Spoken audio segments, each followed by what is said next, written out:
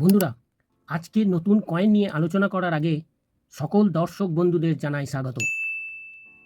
বন্ধুরা, যে কয়েনটি নিয়ে আমি আজকে আলোচনা করব, একটি 1 পয়সা যদি আপনাদের কাছে থেকে থাকে, তাহলে সেই 1 পয়সার বর্তমান দাম ৪৫ থেকে ৫০,০০০ টাকা। কত সালের কোন কয়েনটি বিস্তারিত আলোচনা করব। তার আগে বন্ধুরা, আমার চ্যানেলটিকে সাবস্ক্রাইব করে দিন এবং পাশের যে বেলটি থাকে সেই বেলটি টিপে দেবেন। তার কারণ আমি চাই আমার গুরুত্বপূর্ণ শিক্ষামূলক কয়েনের ভিডিওগুলো সবার আগে আপনাদের কাছে পৌঁছাক। বন্ধুরা, রিপাবলিক ইন্ডিয়া অর্থাৎ ভারতে যে সমস্ত কয়েনগুলি তৈরি হচ্ছে বা হয়েছে তার গঠন বিভিন্ন রকম এবং তার মিন্ট মার্কও বিভিন্ন, যা সত্যিই অবাক করে। তার কারণ ভিন্ন ভিন্ন চিহ্নের মিন্ট মার্ক, যা দেখে আমরা চিনতে পারি যে কোন কয়েনটি কোন টাকশাল থেকে তৈরি হয়েছে। বন্ধুরা, আমি যে কয়েনটি সম্বন্ধে বলবো তার মিন্ট মার্কটি একটু অন্যরকম, সেজন্য মিন্ট মার্ক নিয়ে আপনাদের কাছে সঠিক একটি ধারণা দেব।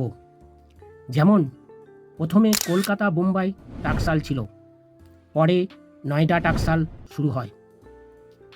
কলকাতা টাকশালের মিন্ট মার্কের কোনো চিহ্নই থাকে না, কিন্তু বোম্বাই টাকশালের চিহ্ন বরফি বা ডায়মন্ড, আর নয়ডা টাকশালের চিহ্ন হচ্ছে আপনার গোল্ড স্পট। এই তিনটি টাকশালের চিহ্ন শুরু থেকে আজও একই চিহ্ন থেকে গেছে, কিন্তু হায়দ্রাবাদ মিন্টের মিন্ট মার্ক তিনবার পরিবর্তন করা হয়েছে। তা কিন্তু অনেকেই জানেন না। যারা কয়েন সংগ্রাহক বা কয়েন সম্বন্ধে অভিজ্ঞ বা যুক্ত তারাই হয়তো অনেকেই জানেন, আর সাধারণ মানুষ তারা হয়তো জানে না বা তাদের জানার কথাও নয়।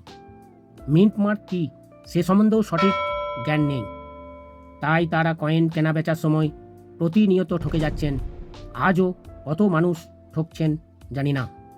তাই বন্ধুরা, আমারও একটা দায়িত্ব আছে কয়েনের সঠিক তথ্য তুলে ধরার। তাই আমার এই ভিডিওর মাধ্যমে সঠিক তথ্য তুলে ধরব। সেজন্য বন্ধু, SM কয়েন স্কুল বেঙ্গলি চ্যানেলটা আপনারা একটু মন দিয়ে দেখুন। বন্ধুরা, মিন্ট মার্ক সম্বন্ধে এত কিছু বলার একটাই উদ্দেশ্য, আমি যে কয়েনটি নিয়ে আলোচনা করব সে কয়েনটির মিন্ট মার্ক একটু আলাদা এবং দামি। বন্ধুরা, আপনাদের কাছে যদি ঘোড়া ছবিওয়ালা তামার 1 পয়সা থেকে থাকে, তাহলে এই ভিডিওটি খুবই মন দিয়ে দেখুন এবং ভিডিওটি ভালো লাগলে বন্ধু বান্ধব আত্মীয় স্বজনদের মধ্যে শেয়ার করে দেবেন। এই দেখুন বন্ধুরা, এই কয়েনটি, এটি একটি তামার 1 পয়সা। দেখুন এই কয়েনের মধ্যে লেখা আছে 1 পয়সে, আবার 8 পয়সা এবং ঘোড়ার ছবি এবং সাল দেখুন 1953।